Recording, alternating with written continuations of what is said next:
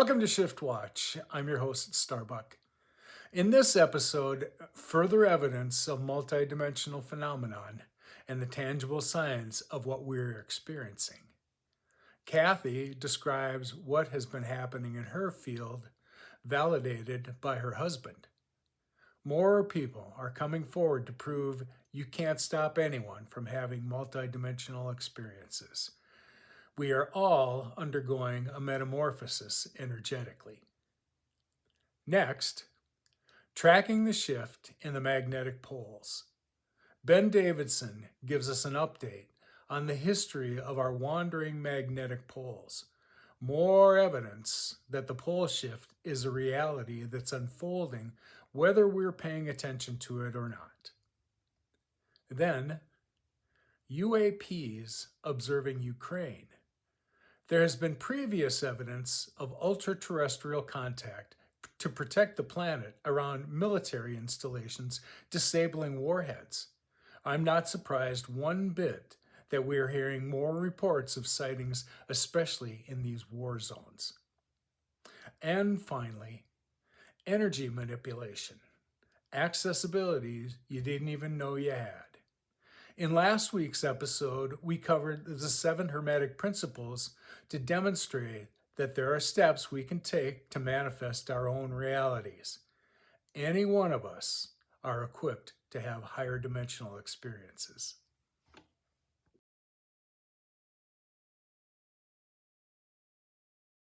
Okay. Well, this all started with my daughter sharing a book on subconscious. And I read like 3 chapters and then, didn't mind to it. And then I When found, was that? huh? When? 2018. Okay, good. And then I found Dr. Wayne Dyer. So I was on that path with him. And then I got into, I know this is all orchestrated. This is not like, there's no such thing as coincidences. The next thing was Suzanne Geisman on Across the Veil, our loved one, spirits and stuff. And then when we moved to our house in 2020, I started to experience some things in the home. And the other thing is I also came across Untethered Soul. Is it Untethered Soul by Michael Singer? And then Joe Dispenza came about. And then I shared this with my husband, and he was like, it was just a total eye opener for him. And he started meditating and everything. And then I, though, with the spiritual part, who I am, finding out, discovering who I am, who we are, and what this is all about, I started to experience things in the home. So, and I actually started to write a book because there was just so much I was journaling to what was happening. And I'll tell you maybe 1 or 2. But one thing that happened was strange was I went to bed, and when I shut the light off, all of a sudden this blue light came in to my eyes, which freaked me out. I mean, I was, rubbing my eyes in a panic because I thought maybe I was having a stroke or something. And now if it happened, I would know.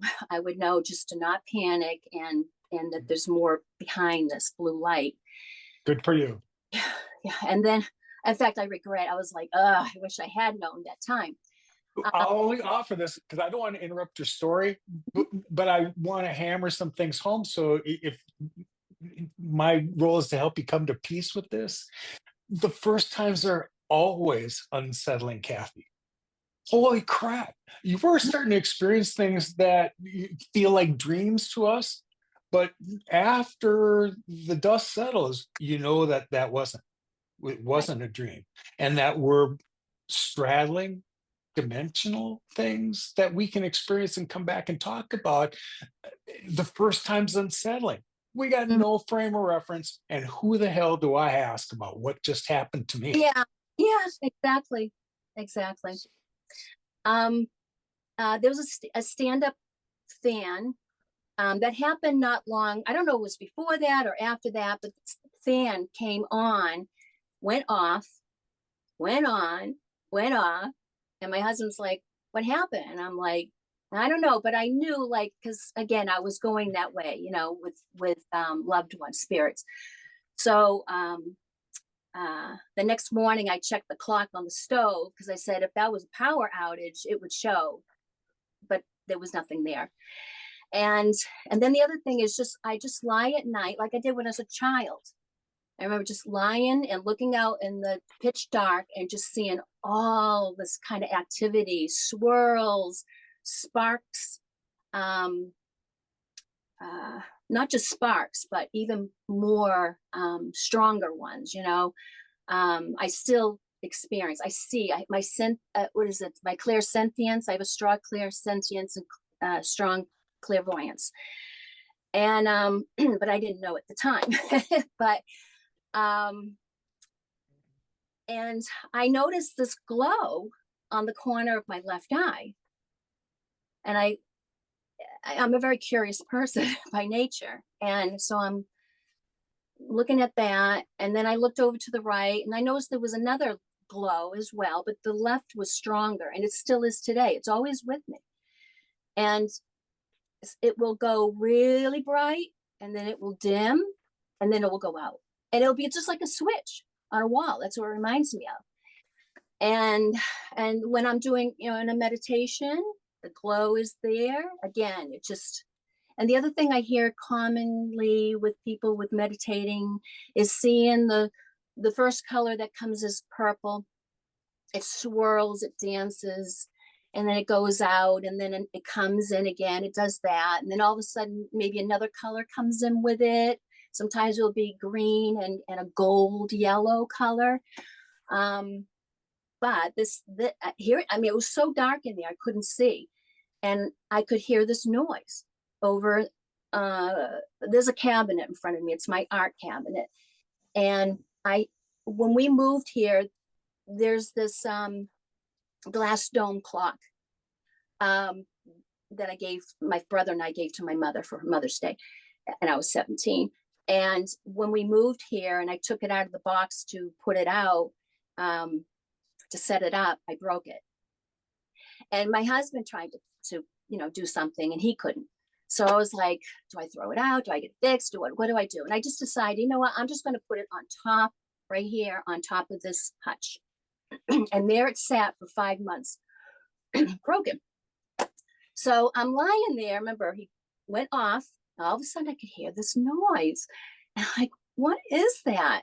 And I'm like, what is over there? There's the hutch, but on top of the hutch is that clock, that dome clock. So it's interesting because I kind of felt like, oh, I'll just wait in the morning. But it's like this like, no, go, get up, go urge, So I got up and grabbed my phone for the light and I brought it up to the clock, and there it is. The balls of the clock are doing this. Then, the other thing that happens is I get this whoosh of electricity current right through my body.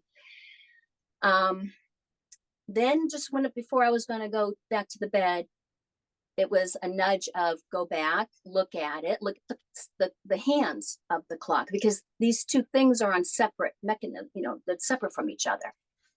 So I checked, I took note of the time that it read, and then I went back to bed. And in the morning, I was like a little kid and I couldn't wait to see, the clock. And sure enough, the hands were going.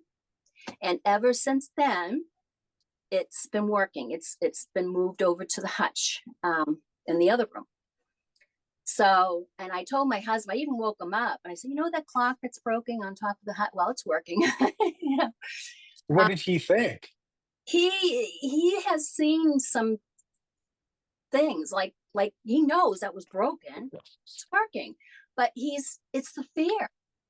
It's the fear of the unknown. And I can't go there, and how does this bring value into your life? Or, and I'm like, it does, because we're connected, it's us, it's everything. We're all connected. So, and it brings quality. It's beautiful. Don't you want to have interactions with your loved ones? So that house that we moved from, um, we were in the den, and that night I heard a click, a loud click, and what was that? And then I thought, was it the timers? Maybe the timers went off. But when I looked at the clock, I'm like, it's way too early for the timers to go off.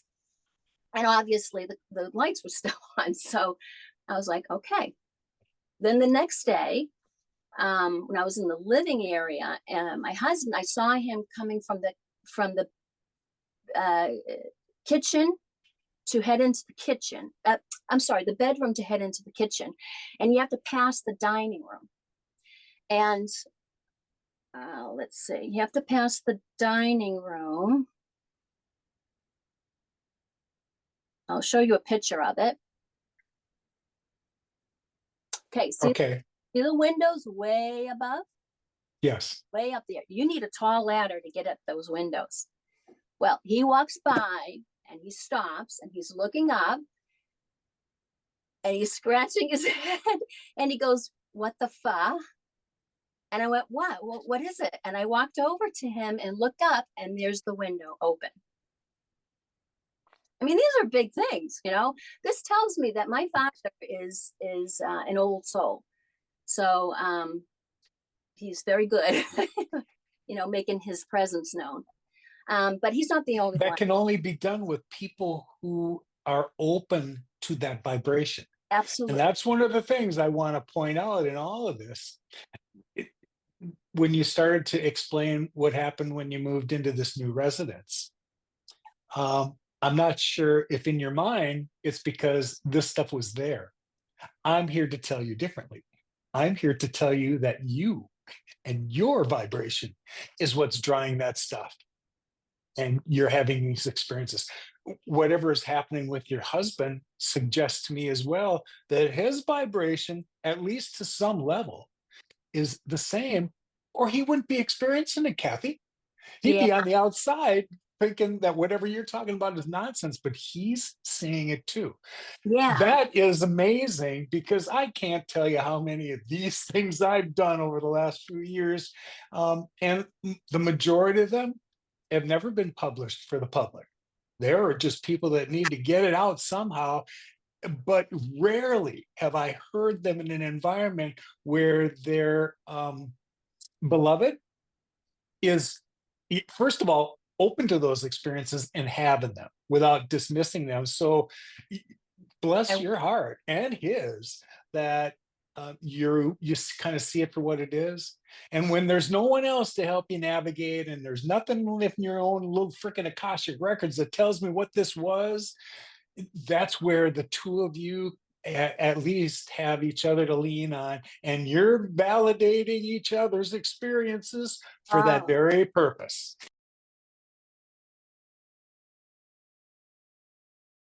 Good evening, folks. Tonight we're going over some things circulating on the internet this week. Two things being said about the ongoing changes with Earth's magnetic field, and they are both very wrong. This is a rough cycle here on Earth. We are due for the next magnetic pole shift, and it's already happening. It's here.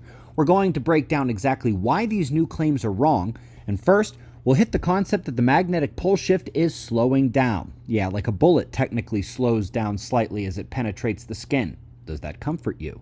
Didn't think so. And of course, what would a debunkeroni be on the magnetic pole shift without Captain Clueless trying to resurrect the powerfully debunked concept that modern magnetic field strength should be a comfort to you? Let's start with some visuals. We'll start with a visual about the magnetic field strength. Vertical axis on the left, time below on the bottom. Field strength is plummeting. Heck, we showed this at the start of the video, but it's not actually linear like this. It's actually staggering, oscillating. And while the trend is the excursion and its acceleration, if you happen to pick a year during one of those little up hitches, you could say the field weakening has slowed and give people false comfort. And there's a similar story with the motion of the magnetic poles. That is specifically what was claimed this week, that the motion of the magnetic poles has slowed down after having kicked in their shift and sped up and up. But again, it's not linear. It's like this. So if you select the right moment, you could say that the field shift just slowed down, and then everyone who listens to you thinks the wrong thing. Let's dive deeper with the graphical data on the north magnetic pole so you can see this in action. So let's take the motion from 1904 to 1948, 44 years to traverse across this circle. So let's see how long it takes to move that same distance by putting those circles side by side. Yeah, no, it's not perfect, but it is close enough. It was 44 years for the first jump, same distance, but only 42 years the next time. Then in 1998, a major acceleration occurred. That's where we went from 5% lost per century to 5% lost a decade. Same jump, but this time only 10 years. The next one, 9 years, then 7 years. And based on this forecast data, we don't actually have the real data because they haven't given it to us in updated form yet. Yes, this next one should hit the mark next year for a total of 10 years this time. So did it slow down? Maybe, according to this forecast, but that's not reality. And there is no easily linear way to look at this. Just look at the distance between the colored dots, which represent 1 year. Look how much speeding up and slowing down occurs, even after the official excursion accelerations began. So no, we don't actually have data telling us it has slowed down. They have forecast slowing the last 3 reports, and it hasn't happened. And even if those weren't true, and we did slow down a bit, it's a bit. It happens because it's not a linear process, and right after every slowdown, we surge into another acceleration. Do you feel comforted? Yeah, me either.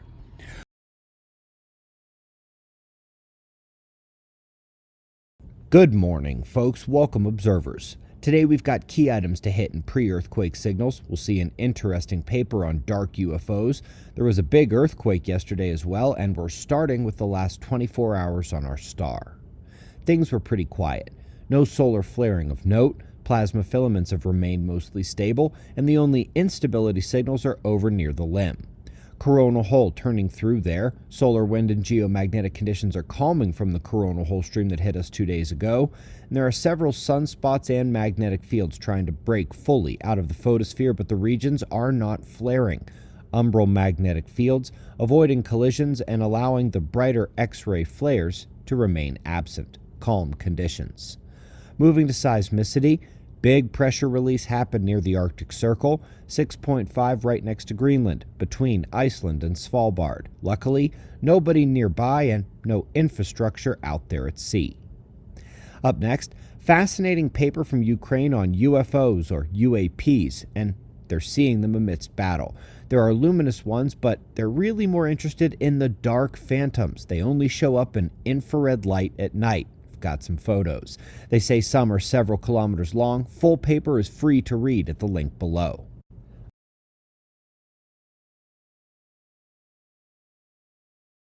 Everything you observe is real, but your observation transforms it. It's not a static thing, but an interaction, like a dance where both partners continuously shape each other's movements. Consider watching a sunset. The colors, the glow, the way it makes you feel. Those sensations don't exist in isolation. They are shaped by both the sunset itself and how you experience it.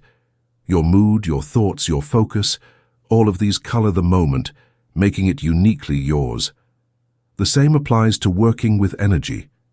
If you seek stillness, your awareness creates the conditions for stillness. If you focus on strength, your attention draws out that strength. This isn't about wishful thinking or make-believe. It's about understanding that your perception isn't separate from what you perceive. Just like light bends when passing through a lens, reality bends in response to your attention. But observation isn't passive. It's a responsibility. What we focus on grows, intensifies, and becomes more real. This means our intentions matter. It's not that we fabricate experiences, but rather that we participate in them. When working with energy, we are not simply observing. It's more like being both the photographer and part of the photograph. Try this. The next time you tune into energy, pay attention to how your expectations shape what you feel. Are you sensing warmth, tingling, or a shift in movement? These sensations aren't random. They emerge in part because you're looking for them. And that's not a flaw, it's a tool. As long as you're aware of this dynamic, you can use it deliberately instead of unconsciously. This also explains why pure objectivity doesn't exist. Every measurement, every observation, and every experience is touched by the person observing it. This can feel unsettling at first. If we influence what we perceive, how can we trust our own experiences? But the real question isn't whether your perception is pure, it's whether it's useful. Think of learning to ride a bike. In the beginning, you might obsess over whether you're doing it right, but once you get moving, what matters is staying balanced and reaching your destination. The same applies here. If your practice helps you grow, heal, and expand your awareness, then it's working. Precision in technique matters less than the transformation it creates. The key takeaway? You are not a passive observer in life. You are an active participant in shaping everything you perceive. Instead of resisting this truth, embrace it. Your attention is not just a witness to reality, it is a force within it. Like any tool, it becomes more powerful when you learn how to use it with intention. And this understanding leads us to a deeper realization. The idea that the observer is separate from the observed is an illusion. Once we break through this illusion, new possibilities emerge. Ways of working with energy that go beyond what we thought was possible. What happens when you stop simply watching and start consciously shaping? That's where we go next. The way we've been taught to think about energy has been wrong from the start. Most of us imagine it as something that moves from one place to another. Electricity traveling through wires, heat rising from a flame, or sound waves moving through the air. But these are just convenient stories we tell ourselves to make sense of what's happening. The truth is far more extraordinary. Take a simple act like turning on a light switch. The standard explanation is that electricity travels from a power plant through the grid into your house and finally reaches the bulb. That sounds logical, but it's an illusion. The energy didn't travel in the way we think. Instead, a shift occurred in the electromagnetic field that was already present everywhere. The bulb lights up, not because energy arrived, but because a change in energy states rippled through the system. This changes everything. Instead of thinking about energy as something that moves, imagine it as something that's always there, constantly shifting forms. Matter itself is just energy in a stable, condensed state. The chair you're sitting on, the air you're breathing, even your own body. It's all energy vibrating at different frequencies, appearing solid only because of how we perceive it. Consider heat. We say heat rises, but heat isn't actually moving up. It's energy redistributing itself, seeking balance. When you place your hand near something warm, you aren't feeling heat traveling toward you. Instead, your body's energy state is shifting in response to the energy state of the surrounding molecules. Sound works the same way. It's not something traveling through the air, but a pattern of pressure changes affecting the energy already present. Light isn't a stream of particles moving from the sun. It's a wave propagating through the electromagnetic field that fills all space. Even electricity, which we often picture as electrons racing down a wire, is better understood as a wave of energy interacting with the field around it. And gravity, it's not a force pulling objects together, but a curvature in space-time that guides energy into equilibrium. Think of water flowing downhill. It's not the water that's deciding to move. It's the difference in energy states between high and low points that creates the motion. Chemical reactions?